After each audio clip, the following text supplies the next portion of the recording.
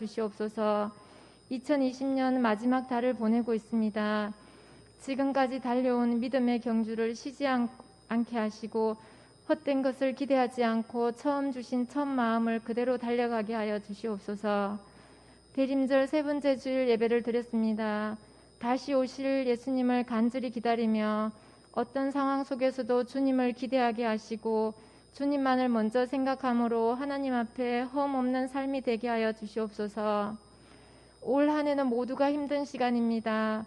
가정과 직장과 이 나라가 경제적으로 너무나 힘든 가운데도 여전히 우리를 인도하시며 사랑하심을 믿습니다.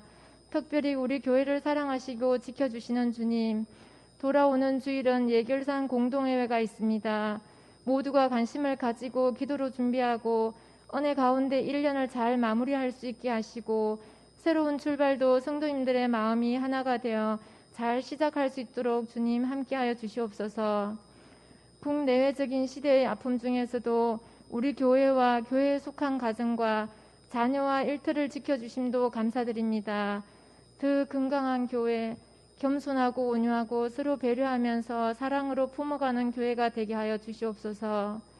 2020년 한 해도 힘든 가운데 넘치도록 채워주심을 감사합니다. 주님, 이 시대의 주일학교 아이들을 축복하여 주시옵소서. 주일학교마다 아이들이 점점 줄어들고 코로나19로 인하여 학교 수업과 교회 예배가 비대면으로 이루어지면서 하나님과의 관계가 멀어질까 염려가 됩니다. 하나님에 대한 믿음이 자라게 하여 주시옵소서.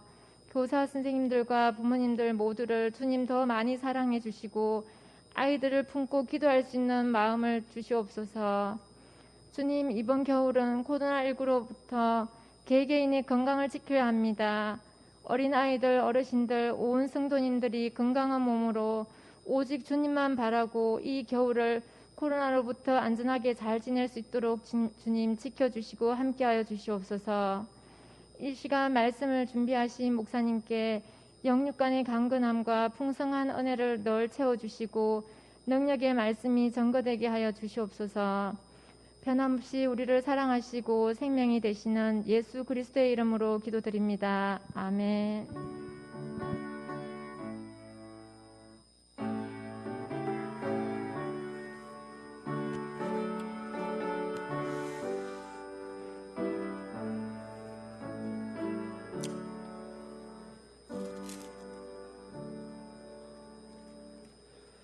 하나님의 말씀은 사무엘하 18장 19절부터 32절까지 말씀입니다. 사무엘하 18장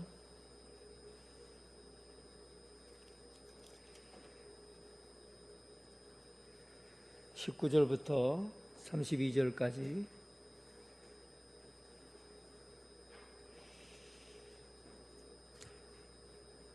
사독의 아들 아히마아스가 이르되 청하건대 내가 빨리 왕에게 가서 여호와께서 왕의 원수 갚아 주신 소식을 전하게 하소서.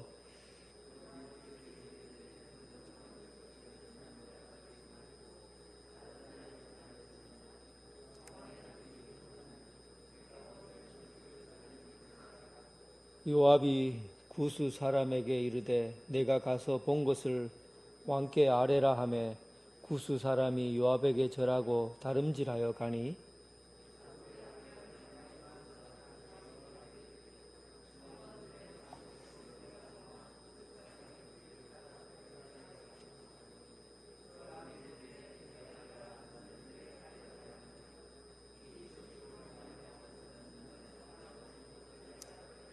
그가 한사코 달려가노라 하는지라 요압이 이르되 그리하라 하니 아히마아스가 들길로 다름질하여 구스 사람보다 앞질러 가니라.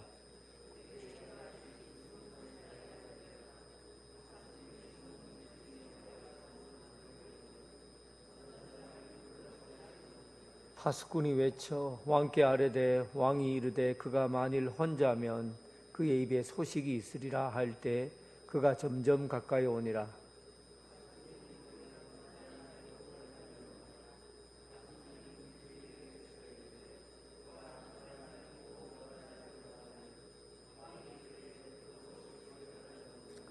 파수꾼이 이르되 내가 보기에는 앞선 사람의 다름질이 사독의 아들 아히마아스의 다름질과 같으니이다 하니 왕이 이르되 그는 좋은 사람이니 좋은 소식을 가져오느니라 하니라.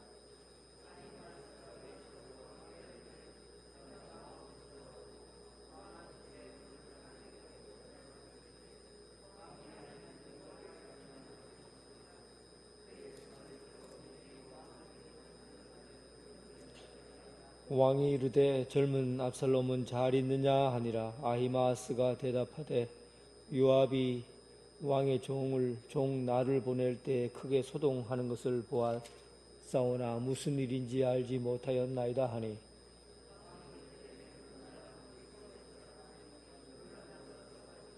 구스 사람이 이르러 말하되 내 주 왕께 아랠 소식이 있나이다. 여호와께서 오늘 왕을 대적하던 모든 원수를 갚으셨나이다 하니 왕이 구스 사람에게 묻되 젊은 압살롬은 잘 있느냐. 구스 사람이 대답하되 내 주 왕의 원수와 일어나서 왕을 대적하는 자들을 다 그 청년과 같이 되기를 원하나이다 하니. 아멘. 오늘 본문 중에 9절부터는 제가 읽지 않았는데요. 내용은 18장에 있는 앞부분을 조금 제가 설명을 하고, 그리고 압살롬의 죽음을 알리는 그 두 사람의 이야기를 함께 나누도록 하겠습니다. 먼저 압살롬이 죽은 곳이 바로 상수리 나무 가지에 걸려서 압살롬이 죽게 되죠. 그런데 이 상수리 나무 하면 제 소리가 좀 괜찮아요? 여기 지금 스피커가 안 나오는 것 같아요. 그래서 제가 잘 못 알아듣는. 소리 들립니까? 상수리 나무라고 하면 원래 이게 참나무 종류거든요. 참나무도 나무 굉장히 커요. 숲을 이루고 있어서 참나무가 굉장히 많이 있는데, 특히 이 상수리 나무는 이 가나안 땅에 특히 북쪽으로 많이 있는 그런 나무입니다. 특별히 유명한 상수리 나무는 모래의 상수리 나무라고 해서 아브라함 여러분 기억하시죠? 75세에 하나님의 부름을 받고 가나안 땅에, 약속의 땅 가나안 땅에 도착을 해요. 도착해서 거기서 하나님께 너무 감사해서 상수리 나무 밑에서 번제를 쌓고 하나님의 약속의 말씀을 들어요. 하나님께서 그때 음성을 들려주시기를 내가 이 땅에서 내 자손을 넉넉하게 주리라 하는 하나님의 약속의 말씀을 듣습니다. 거기가 상수리 나무 아래예요. 특별히 상수리 나무라고 얘기하는 것은 성경에 나무들이 많이 있지만은 오늘 이 압살롬에게도 상수리 나무가 관계되어 있잖아요. 그런데 아브라함에게서 상수리 나무는 하나님의 약속을 받은, 하나님의 약속을 붙들고 달려왔고 또 하나님의 약속이 이루어지는 그런 결과를 가지고 하나님 앞에 번제를 쌓고 감사드린 것이 상수리 나무인데, 그런데 압살롬에게 있어서 상수리 나무는 심판의 나무였어요. 압살롬은 자기의 긴 머리카락, 그 아름다운 머리카락을 자랑했고 마치 그가 왕이 아닌데도 왕이 된 것처럼 사람들에게 보여줬어요. 그래서 다윗을 잡을 때도 그냥 특수부대 1만 2천 명만 데리고 아히도벨의 작전에 힘입어서 12,000명만 데리고 기습을 했으면 벌써 다윗은 무너졌을 겁니다. 그런데도 불구하고 그는 왕으로서의 거대한 백성들을 대동해서 내가 이스라엘의 왕이다라는 것을 보여주고, 그렇게 겉으로 보여주고 하는 것들을 생각했기 때문에 그는 많은 군사를 데리고 가게 된 것이거든요. 그런데 그 긴 머리카락을 휘날리면서 전쟁터에서 싸움을 하다가 도망을 치는 중이었어요. 도망을 치는 중에 요압의 군대가 그를 따라 붙은 것이죠. 그래서 급하게 왕을 상징하는 노새를 타고 그리고 달려가다가 그 머리카락이 기니까 나뭇가지가 이렇게 쫙 뻗어져 있는데 이 나뭇가지가 그 머리카락을 잡은 거예요. 그러니까 노새는 빠져나가 버리고. 그런데 어떻게 된 일인지 그 나뭇가지에서 나무 걸려서 대롱대롱 걸려서는 도망치지 못하고 있는 겁니다. 그때 그 광경을 보고 있던 요압의 병사들이 그 자리에서 요압의 군사들이 그 자리에서 압살롬을 창으로 찔러 죽였으면 되는데 죽이지 못한 겁니다. 왜냐하면 다윗이 간곡히 부탁을 했기 때문에 죽이지 못했던 것이죠. 어쨌든 그 나무에서 나중에 요압에게 의해서 비참하게 죽게 되는데 압살롬은 상수리 나무 그 나뭇가지에 그 젊은 날의 아름다움 그리고 왕으로서의 그 영광스러운 그 모습이 비참한 모습으로 허무하게 무가치하게 그 인생이 떠나게 됩니다. 상수리 나무에 걸려 있는 그 아름다운 것들, 이것과 아브라함이 그 인생에서 하나님의 약속의 말씀을 붙잡고 맨몸 맨 빈손으로 떠났던 그 길 위에 상수리 나무 아래서 있었던 아브라함의 약속의 말씀, 이 두 가지를 한번 비교해 보면 우리가 무엇을 붙잡아야 되는가 하는 것을 우리에게 알려주고 있습니다. 진짜 우리가 붙잡아야 될 것, 내 인생의 욕망과 욕구를 향해서 달려가는 그 인생은 아무리 좋은 것을 내가 잡고 있다 하더라도 그는 상수리 나무 가지에 걸려 있는 상수리 나무에 걸려 있는 압살롬의 머리와 같이 인생의 모든 것이 허무하게 사라져갈 뿐이라는 것을 알려주고 있고, 또 우리가 진짜 잡아야 될 것이 있다면 우리에게 있어서 아무것도 보이지 않는 것이지만 하나님의 말씀을 끝까지 붙들었던 아브라함은 그 상수리 나무에서 하나님의 약속의 말씀을 듣고 그리고 그 인생을 펼쳐나가는 그런 곳으로 상수리 나무에서 번제물을 드렸던 사건을 우리는 기억합니다. 여러분 인생에 무엇을 붙잡고 있습니까? 여러분들이 붙잡은 것이 무엇이든지 간에 압살롬의 상수리 나무 가지처럼 여러분들의 목을 잡는 그런 일이 없도록 오직 하나님의 말씀에 붙들림을 받고 달려가는 여러분 인생이 되길 주님의 이름으로 축원합니다. 이제 이 압살롬이 나뭇가지에 걸려서 꼼짝도 하지 못하고 대롱대롱 매달려 있었을 때, 그때 그 군사 중 한 명이 요압에게 달려와서 지금 압살롬이 어디 상수리 나무에 걸려 있다라고 보고를 했습니다. 요압은 당장 네가 가서 그 자리에서 압살롬의 목을 가져왔으면 내게 은 10개와 띠 하나를 내가 너에게 주었을 것이다. 왜 그렇게 하지 않았느냐 하니까 그 군사가 다윗 우리 왕께서 당신들 부하 3명, 그 장군들 3명에게 그리고 온 백성에게 압살롬은 살려오라, 너그럽게 봐주라고 그렇게 간곡히 부탁했는데 어찌 왕의 명령을 우리가 어길 수 있습니까? 나에게 은 1000냥을 준다고 해도 그렇게 할 수 없습니다 하고 주저주저한 것이죠. 그러니까 요압이 그 사건을 목도하고는 창을 2개, 3자루의 창을 손에 들고, 그때 당시에 창이 많이 없어요. 아주 장군들만 갖고 다니는데 세 자루를 손에 들고 상수리 나무 걸려있는 그 요압에게 가서 그 자리에서 심장을 뚫어버려요. 창 3개로 비참하게 그의 목숨을 앗아갑니다. 그리고 그 광경을 보고 있던 요압의 무기 들고 서 있는 젊은이 10명이, 그러니까 요압의 무기를 들고 있다고 하는 것은 요압이 아끼는 군사들인데 돈을 주고 산 용병들입니다. 그러니까 요압의 무기를 들고 다니는 젊은 사람이라고 하는 것은 특별하게 훈련받은 용병들이에요.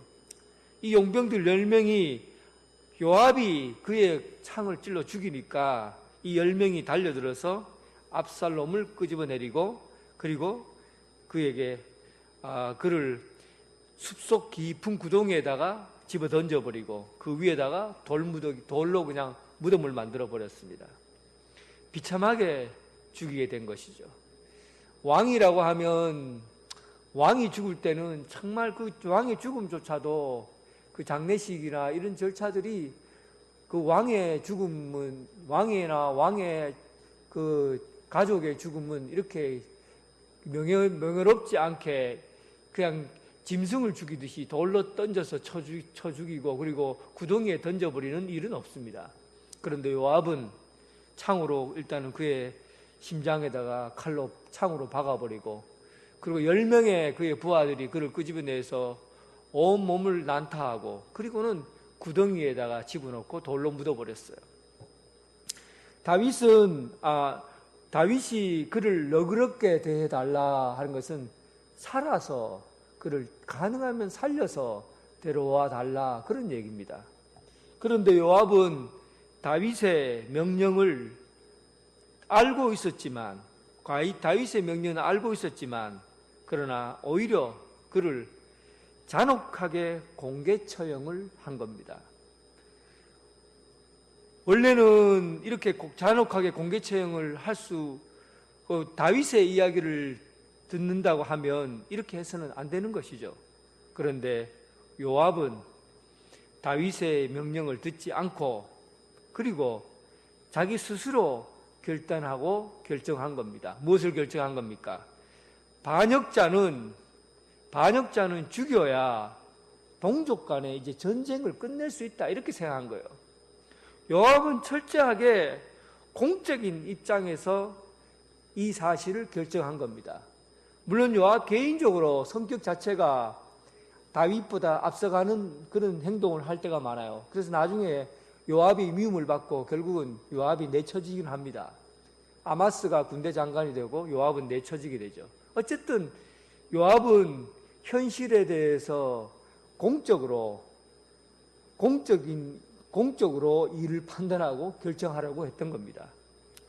사실은 우리는 모든 일이 전부 다 공적인 일과 사적인 일이 섞여 있어요. 교회나 신앙적인 것도 마찬가지예요. 우리가 무슨 일을 하면 사적인 일만 있는 것이 아니라 참 어떨 때는 이 공적인 일과 사적인 일이 혼합되어 있고 섞여 있을 때 그때 판단 내리기가 상당히 어렵습니다. 내가 개인적으로 친하고 개인적인 관계에 의하면 내가 이런 결정을 내릴 수 없는데 그런데 공적으로 결정을 내려야 될 때가 있거든요. 다윗을 생각하면은 요압은 어때요? 다윗을 생각하면 다윗의 친척이고 또 다윗을 너무나 잘 알고 그러면 이 요압이라고 생각했을 때 다윗의 말을 당연히 그 이스라엘의 어른으로서 군대 장관으로서 당연히 다윗의 명령을 들어야 되죠. 그런데 요압은 그러한 개인적인 관계보다도 이 나라, 이 민족을 앞으로 이 나라가 운명이 이 요압으로 인해서 이제는 모든 것을 끝장내야 된다. 요압에 의해서 일어난 이 혁명과 같은 이 일들은 이제 여기서 끝내야 된다라는 생각을 한 겁니다. 사실 압살롬이 죽고 나서도 앞으로 계속 진행될 그 내부적인 이 요압을 압살롬을 좋아했던 사람들의 무리들이 속속히 드러나거든요. 그러니까 여기서 결정내야 된다고 생각한 사람이 바로 요압입니다. 공적인 일은 먼저 공적인 일로 처리를 해야 된다는 입장이에요. 아무리 다윗이라고 해도 다윗의 명령이 중하다고 해도 공적인 임무는 내가 결정을 해야 된다고 본 겁니다. 여러분들 어떻게 생각하세요? 공적인 일로 큰 것을 결정해야 될 때와 사적으로 관계된 일, 이 가운데 여러분 어떻게 결정하시겠습니까? 사사기 11장에 보면 입다가 사사가 되었을 때 여러 차례 전쟁이 있었는데 그 중에 암몬과의 전투가 좀 버거웠어요. 그래서 그가 서원을 하는데 이런 서원을 합니다. 내가 암몬과의 전쟁에서 싸워서 이기고 나면 내 집에서 나와서 제일 먼저 나를 맞이하는 사람은 내가 하나님 앞에 번제물로 드리겠다. 이런 어처구니 없는 말도 안 되는 서원을 한 거예요. 그러니까 전쟁이 참 버거웠던 거죠. 암논과 전쟁에서 싸움에서 이길 거라 생각을 못했던 겁니다. 그러니까 그런 서원을 했어요. 그런데 하나님께서 그의 영이 부어져서 전쟁터에 나가서 싸웠는데 결국은 암논과의 싸움에서 이기고 승리하고 돌아오게 된 겁니다. 그런데 무남 동료 가장 사랑하고 아끼는 그의 딸이 속고치며 북치며 아빠를 만나러 달려오는 거예요. 여러분, 이 딸은 그때 당시 사사입니다. 사사는 왕이요, 제사장이요, 재판관이요, 이런 역할을 감당하는 왕의 자리이기도 하고 재판관의 권리이기도 하고 제사장의 권리를 갖고 있는 게 사사예요. 이것이 도덕적으로 이게 옳으냐 그르냐 이런 얘기를 여기서 할 필요 없어요. 단지 그가 처해 있는 자리가 공적인 자리인 거예요. 과연 그가 내뱉은 말을 하나님 앞에서 내뱉은 그 말, 왕으로서 제사장으로서 재판관으로서의 그 있는 그 사사로서의 직무를 수행하는 그 자리에서 과연 공적인 의미에서 자기가 내뱉은 그 말을 주워 담고 취소하고 내 딸이 오니 이거 안 됩니다라고 얘기할 것인가? 아니면 하나님 앞에 번제물로 드려야 될 건가? 여러분 어떻게 생각하세요? 입다는 그 사실, 그 현장 가운데서 그 딸이 달려왔는데도 불구하고 하나님 앞에 왕으로서 제사장으로서 재판관으로서 그 서 있는 공적인 자리에서 내뱉은 말은 주워 담을 수 없다고 판단한 겁니다. 그러니까 개인적인 감정과 개인적인 결단보다도 더 우선순위로 둔 것이 바로 공적인 결단과 공적인 환경이에요. 여러분, 우리가 신앙생활 하다 보면 이 개인적인 것들만 결정할 수 있으면 뭐 걱정할 것도 없어요. 인간관계에 의해서 그냥 관계 좋거나 사람과의 좋은 관계에 의해서 그냥 결정해버리면 그러면 답이 뻔해요. 쉽게 결정할 수 있어요. 인간관계는 내가 끌리는 대로, 내 좋아하는 대로 선택하면 돼요. 그런데 문제는 공적인 일은 인간관계보다도 또 다른 차원에서 일이 벌어질 때가 상당히 많아요. 그럴 때 여러분들은 어떻게 결정할 수 있겠습니까? 예를 들면 이거는 여러분들에게 극단적인 예일 수도 있어요. 교회 중직자를 뽑는다. 개인적으로 보면 나랑 친척이고 관계가 있고 하면 내가 그 사람을 뽑아야 돼요. 개인적으로 보면. 그런데 교회를 생각하고 하나님 나라를 생각하고 공적으로 보면 저 사람이 신앙이 이 일을 감당할 만큼 신앙이 있는가 한번 생각해봐요. 공적인 판단을 해보라는 얘기죠. 그럼 여러분 어떻게 합니까? 사적인 것에 더 힘을 실어줍니까? 아니면 공적인 것에서 그 거대한 하나님 나라 교회란 입장에서 결정합니까? 쉽지 않잖아요. 쉬운 일 같은데도 쉽지 않아요. 개인적인 관계와 공적인 의무가 언제나 이 공동체 안에는 같이 있어요. 그럴 때마다 우리는 생각해야 됩니다. 하나님께서 우리에게 구하라고 하신 것. 너희는 먼저 그의 나라와 그의 의를 구하라. 너희는 먼저 그의 나라와 그의 의를 구하라. 먼저 하나님께서 우리에게 세우신 뜻과 의지, 그 깊은 뜻을 먼저 생각하고 결정하고 판단하는 이런 영적인 습관을 길러야 되는 것입니다. 이 요압은 개인적으로 볼 때는 다윗의 명령을 어길 수가 없어요. 어떻게 요압이 다윗의 명령을 어깁니까? 너그럽게 봐줘야 되죠. 자기와도 친척이기도 합니다. 그런데도 불구하고 그는 큰 이스라엘의 운명을 결정하는 중요한 순간이라고 생각했기 때문에 압살롬을 죽이기로 결정한 겁니다. 누가 잘했느냐 못했느냐의 판단은 우리가 오늘 말씀을 보면서 결정해야 돼요. 이것이 요압의 결정이 잘 됐느냐 못 됐느냐 이런 차원은 우리가 이 사건을 보면서 무엇이 참으로 옳은 것인가 하는 것을 해석해내야 되는 것이죠. 그리고 압살롬이 그렇게 죽고, 그리고 이 전쟁이 거의 막 압살롬이 죽으니까 전쟁이 거의 마무리가 되어져 가고 정리가 되었습니다. 압살롬이 왕이 죽으면 일단은 모든 전쟁 끝이에요.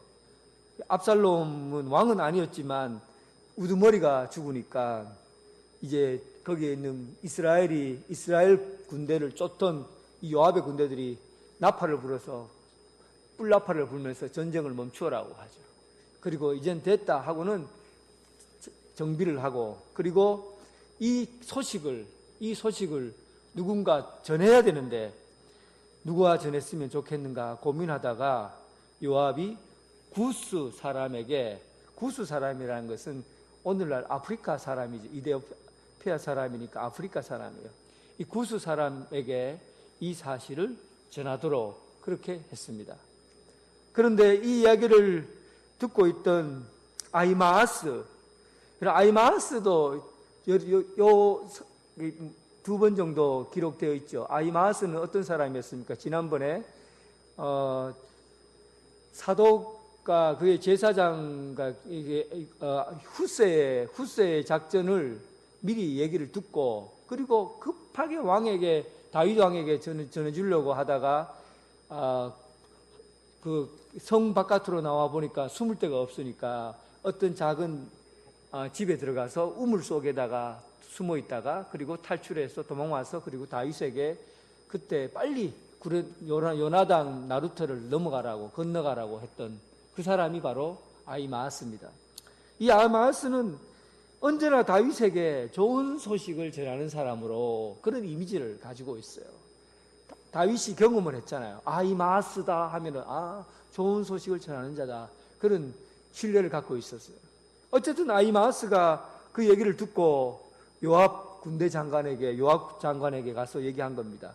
장군님, 내가 이 소식을 빨리 전하도록 허락해 달라고 그렇게 얘기를 한 것이죠. 그런데 요압이 너 이거 좋은 거 아니야. 요압은 너무 똑똑한 사람이거든요. 그러니까 이거 나쁜 소식이야. 우리 전쟁에 이겼다는 것은 괜찮은 소식이지만 이거 오늘 있었던 이야기들을 얘기 다 하면 우리는 끝난다. 이거 나라 망한다. 전화 얘기하면 안 된다. 절대 얘기하면 안 된다. 그러니까 이렇게 된 일들을 네가 얘기할 거 아니다. 그리고 네가 얘기하면 안 된다. 가지 말라고 합니다. 그런데 아히마아스가 강력하게 주장한 거죠. 아니다고. 내가 가서 얘기를 전해야 된다고. 하여튼 나인데 맡기라고. 구수 사람을 먼저 보냈는데도 내가 따라 붙겠다고 그렇게 얘기한 것이죠. 그래서 너무 고집스럽게 얘기하니까 그래, 그러면 네가 가서 소식을 잘 전해라 하고는 좀 언짢은 투로 얘기를 했어요. 이게 긍정적으로 얘기한 거 아니에요. 언짢은 투로 그냥 가라 하고 얘기한 것이죠. 아히마아스는 구수 사람은 먼저 출발했고, 그리고 아히마아스는 그 뒤를 따라 출발합니다. 그런데 길이 두 갈래 길이에요. 이 북쪽으로 올라가는 길이 두 갈래 길인데 직선거리로 바로 간 사람이 바로 구수 사람이에요. 이 직선거리로 갔는데 가까운 길이죠. 직선거리로 똑바로 올라갔으니 가까운 거리인데 이게 에브라임 숲을 통과해야 돼요. 에브라임 숲을 통과한다는 것은 뭐 계곡도 있고 길이 좁은 길이고 산길이고 험해요. 그런데 이 구수 사람은 그 길로 가는 것이 빠른 길이라고 생각하고는 직선길로 똑바로 왕이 계신 마하나임 성으로 북쪽으로 쪽으로 올라가는 그 길을 선택한 것이죠. 그런데 아히마아스는 요단 강변 계곡을 끼고, 요단 강변 그 평지예요. 강결 끼고 둘러서 그리고 말을 타고 들길을 둘러서 가게 됩니다. 근데 이 구스 사람은 직선 코스로 갔고, 이 아히마아스는 그 요단 강변을 끼고 둘러서 간 거예요. 그런데 여러분, 직선 코스로 간 것이 가장 빠른 길 같지만은 아히마아스가 이 둘러간 길이 더 빨랐다는 사실이에요. 직선이 언제나 빠른 것 같지만 둘러서 가는 길이 느린 것 같지만 오히려 아히마아스가 더 빨리 도착하게 됩니다. 삼각형과 사각형이 달리기를 하면 누가 이기겠습니까? 삼각형은 모든 것이 완벽해요. 이쪽 선과 이쪽 선 세 가지 선이 완벽한 게 삼각형이에요. 틈이 없어요. 빈틈이 없어요. 그런데 삼각형은 빈틈이 없고 완벽하지만 가장 정확하게 빠른 길로, 모든 점과 점 사이를 가장 빠른 길로 결정해서 그어놓은 것이 바로 삼각형이에요. 그런데 원은 빠른 길이 아니에요. 어디가 어딘지 그 점이 분명치 않아요. 그런데도 둥근 원하고 이 삼각형하고 달리기를 하면 누가 이깁니까? 둥근 공 모양이 당연히 이기죠. 그래서 여러분, 가장 빠르고 합리적이고 계산적인 것이 가장 빠른 길이고 직선적인 거리라고 생각하지만 실제로 둥글게 비합리적인 것 같고 모난 부분이 없는 둥글둥글한 그런 삶이 오히려 더 느린 것 같지만 더 빨리 가게 되더라는 겁니다. 저는 우리 인생길도 마찬가지라고 생각해요. 옳고 그른 것이 딱딱 떨어지고 합리적인 그런 선택과 그런 길이 언제나 옳고 그리고 바른 것 같지만 살아보면 조금 모나고 또 둥글고 이렇게 그런 것들이 느린 것 같고 그런 것 같은데도 나중에 사람을 더 많이 포용하게 되고 받아들이게 되고 그렇게 하면은 더 느린 것 같지만은 오히려 인생길이 더 빨리 가더라는 겁니다. 기억하시기 바랍니다. 사람과의 관계가 너무 딱딱 똑똑 부러지고 정확하고 이런 것이 온전하다고 우리는 그렇게 믿지만 실제로 사람과의 관계에서는 어느 정도 뭐가 나도 서로 둥글둥글하고 관용하고 받아들여지고 내가 뭔가를 주장하기보다는 받아주는 데서 내가 뭔가를 주장하고 내 사실을 알리고 그렇게 하는 것보다도 더 받아주고 안아주는 데서 훨씬 더 관계가 더 오랫동안 유지가 되고 더 관계가 더 잘 진행되더라는 사실입니다. 어쨌든 왕은 대문 앞에서 기다리고 있었습니다. 누가 좋은 소식을 전하는 사람이 없나 하고 두 문 사이에서 소식을 기다리고 있었죠. 참 멀리서 말을 타고 빠르게 달려오는 사람이 있었어요. 딱 보니까 아히마아스예요. 달리는 폼이 아히마아스예요. 아, 저 사람은 좋은 소식을 전하는 사람이니 분명히 나에게 좋은 소식을 전할 것이다. 그래서 아히마아스가 달려오는 것을 보고 잔뜩 기대를 했습니다. 아히마아스는 왕께 얼굴을 받고는 절을 하면서 좋은 소식이 있다고 그리고는 소식을 전하게 됩니다. 왕이시여, 우리가 이런 일에서 전투를 했는데 우리가 승리를 했습니다. 그리고는 우리가 이겨서 지금 어디에서 대기하고 있고 이제 왕을 모셔오는 그때를 기다리고 있나이다 하고는 보고를 했습니다. 그런데 다윗이 그 이야기를 듣고는 다른 데 관심이 있는 사람처럼 왕이요, 우리가 승리했습니다 하면 거기서 막 기뻐서 잘했다, 고생했다, 드디어 이겼구나 하고는 그렇게 해야 되는데 왕이 얼굴빛이 그렇게 썩 좋지 않아요.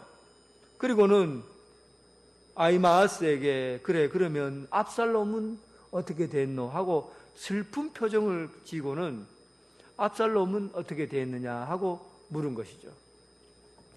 아히마아스는 둥글둥글한 사람이에요. 다윗의 감정 상태를 살핀 것이죠. 왕이 원하는 것은 전쟁에서 승리했다는 것도 왕이 원하는 거지만 압살롬을 살려두었느냐라는 것에 관해서 관심이 있다는 사실을 눈치챈 겁니다. 그리고는 압살롬에 대해서 한마디도 하지 않고 내가 그냥 그래 되었는 것처럼 나는 잘 모르지만 그렇게 되었습니다 하고 그냥 말만 던지는 겁니다. 그러니까 직접적으로 그의 마음에 상처를 주지 않은 것이죠. 어떨 때는 좀 이렇게 나쁜 소식이나 이런 것들은요, 다윗이 충격을 받을까 염려가 돼서 사실은 한꺼번에 얘기하지 않고 시간의 간격을 두고 자기가 자세하게 설명해서 전하지 않는 겁니다. 이것은 아이마하스가 지혜예요. 아이마하스의 지혜예요. 왜냐하면 사람의 감정이 너무 극단적인 상황에 처해 있을 때 충격적인 얘기를 하게 되면 이 다윗도 그 감정을 추스리지 못하는 것이죠. 왕이 충격을 받을까봐 그 충격을 완화시키기 위한 것도 담겨져 있습니다. 그래서 그는 날카로운 말을 전하는 것이 아니라, 있는 그대로 전하는 것이 아니라, 나는 잘 모르겠다라는 식으로 그냥 말을 전달하게 되죠. 그래서 아히마아스는 진짜 있었던 이야기 중에 압살롬의 이야기는 싹 빼고, 그리고 전쟁에 승리한 이야기만 전하는 것이죠. 그리고는 다윗의 마음이 조금 누그러뜨기를 기다렸던 겁니다. 얼마 후에 아프리카 사람, 그 구스 사람이 말을 타고 또 달려왔습니다. 이 사람은 뭐 특별하게 그 왕가와 관계된 사람은 아니었기 때문에 전쟁에 대해서 이런저런 눈치를 보는 사람은 아닙니다. 그런데 이 구스 사람도 그래도 지혜로운 사람이에요. 왜냐하면 다윗이 구스 사람에게 또 물었어요. 아히마아스 너는 잠시 여기 있거라 하고 얘기하고는 구스 사람이 오니까 그래 전쟁에서 승리했고 그리고 압살롬은 어떻게 됐느냐 하고 재차 물어요. 구스 사람이 좀 지혜롭다고 생각한 것은 무엇이냐 하면 보통 이런 일이 있으면 자기 공로를 내세우기 위해서 무슨 일이든지 과장해서 전달하려고 하는 그런 욕심이 있거든요. 그렇게 해서 전쟁에서 자기가 얼마나 큰 공로를 세웠는가를 알리면서 큰 상을 얻으려는 그런 욕심이 있습니다. 전에 그런 일이 있었어요. 다윗에게 사울과 요나단이 길보아 전투에서 비참하게 죽었잖아요. 자살했잖아요. 근데 그것을 목격한 이방 청년 아말렉 사람이죠. 아말렉 사람이 사울의 왕관을 가져다가 다윗에게 바치게 됩니다. 그러면서 아말렉 청년이 이 사울과 요나단이 죽은 것을 거창하게 과장해서 꾸며서 마치 자기가 그를 죽이는데 큰 역할을 했는 것처럼 그렇게 과장해서 이야기를 하게 됩니다. 그렇게 해서 그가 왕에게 상을 받을지 않을까라는 생각으로 그 소식을 전하게 되었습니다. 그런데 다윗 왕은 그 이야기를 듣고 있다가 사울 왕과 그의 친구 절친 요나단이 그 자리에서 죽었다는 그 소식을 자랑스럽게 말하는 그 아말렉 청년을 그 자리에서 당장 처단해 버리죠. 그런데 구스 사람은 그 이야기를 들었는지 안 들었는지는 몰라요. 어떻게 다윗이 언제나 그런 사람이라는 사실을 아는지 모르는지는 몰라요. 어쨌든 그런데 구스 사람, 이 사람은 그 이야기를 자세하게 전하지 않고 담담하게 있는 그대로 임금님의 원수를 비롯해 그 많은 사람들이 죽었고 그 젊은이도 그와 같이 죽었습니다. 구스 사람이 요압이 창으로 3번 찔렀고 창으로 그 심장을 깨뜨렸고 그의 10명의 친구들이 돌 집어던져서 돌무더기를 만들고 길거리에 버려서 무더기를 만들었다, 이렇게 전하지 않았다는 사실이에요. 있는 그대로 전하는 것이 아니라 그냥 죽었다는 사실만을 그대로 담담하게 전합니다. 나쁜 소식을 전할 때 너무 상세하게 전하고 또 과장하게 전하는, 근데 공적으로 뭔가 이익을 얻으려는 그런 태도가 아니라 전쟁에서 있었던 사실을 그냥 단소하게 담담하게 전하게 된 것이죠. 그래서 구스 사람도 다윗에게서 목숨을 구하게 됩니다. 그래서 요압과 아히마아스, 이 구스 사람은 다윗에게 있어서 전쟁에 있어서 있었던 이야기들을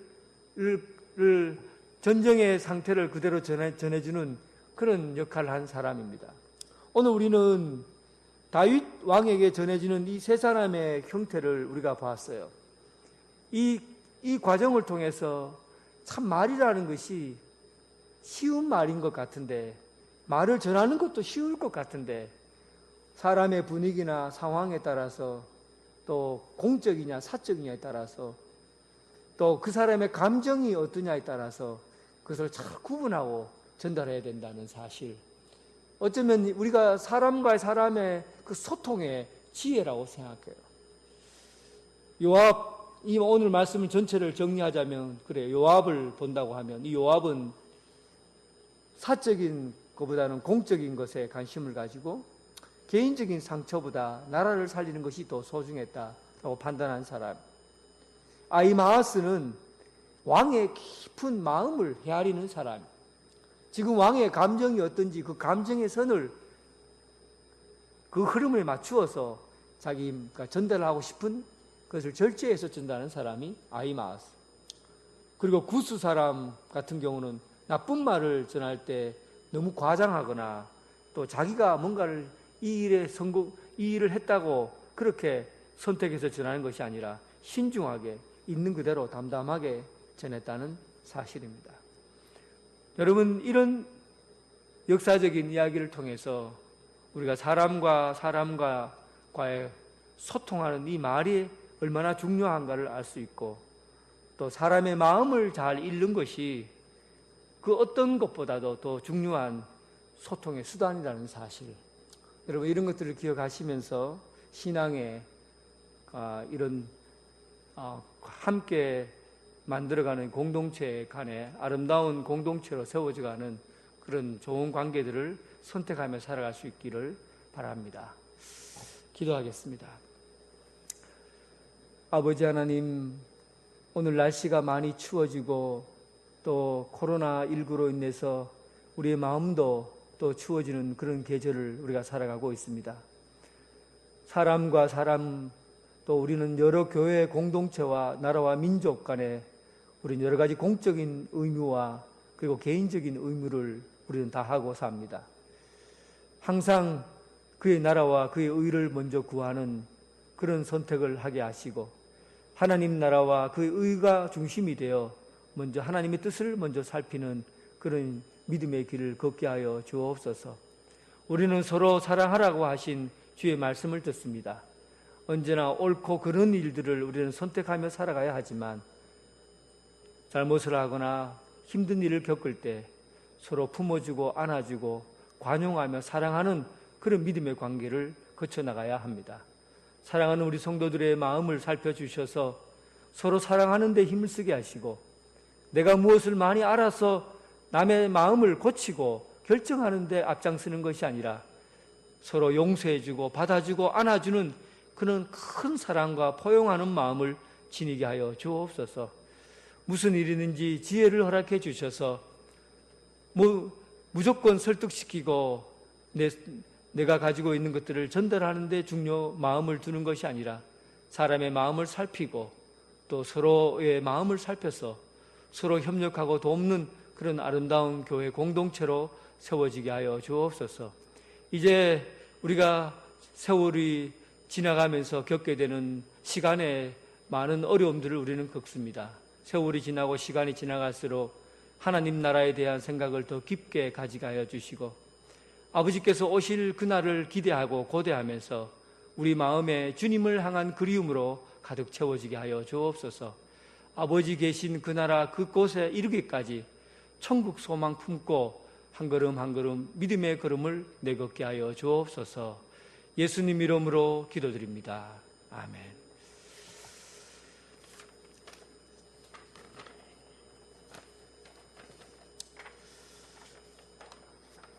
묵상 노트 이제 받으신 분들은 여러분 이번 주에 정리되신 분들은 부목사님에게 노트를 제출해 주시기 부탁드리겠습니다.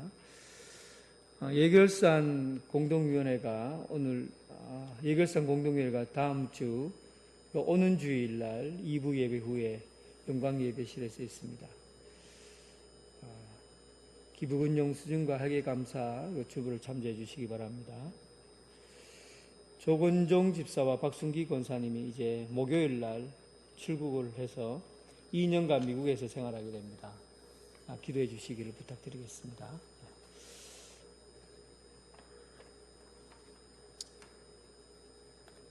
찬송가 359장.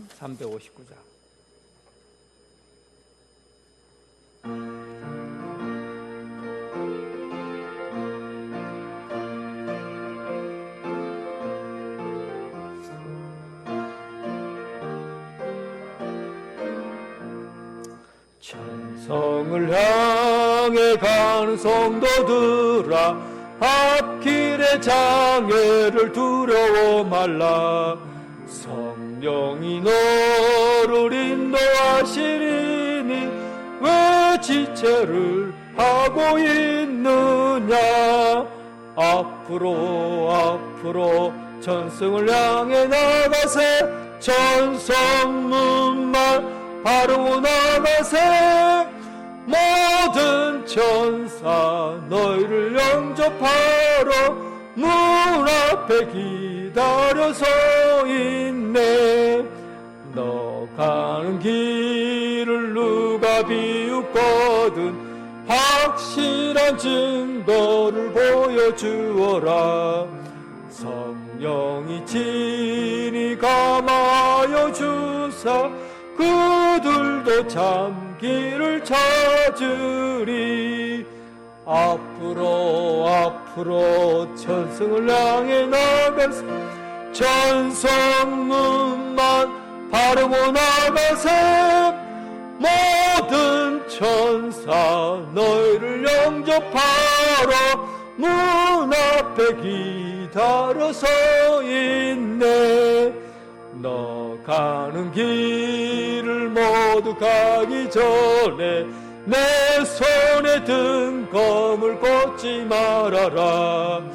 저 마귀 흉계 모두 깨뜨리고 끝까지 잘 싸워 이겨라. 앞으로 전성을 향해 나가세. 전성문만 바르고 나가세. 모든 천사 너희를 영접하러 문 앞에 기다려 서 있네. 주님과 주신 기도로 예배를 마치겠습니다. 하늘에 계신 우리 아버지, 아버지의 이름을 거룩하게 하시며 아버지의 나라가 오게 하시며 아버지의 뜻이 하늘에서 이루어진 것 같이 땅에서도 이루어지게 하소서. 오늘 우리에게 일용할 양식을 주시고 우리가 우리에게 잘못한 사람을 용서하여 준 것 같이 우리 죄를 용서하여 주시고 우리를 시험에 빠지지 않게 하시고 악에서 구하소서. 나라와 권능과 영광이 영원히 아버지의 것입니다. 아멘.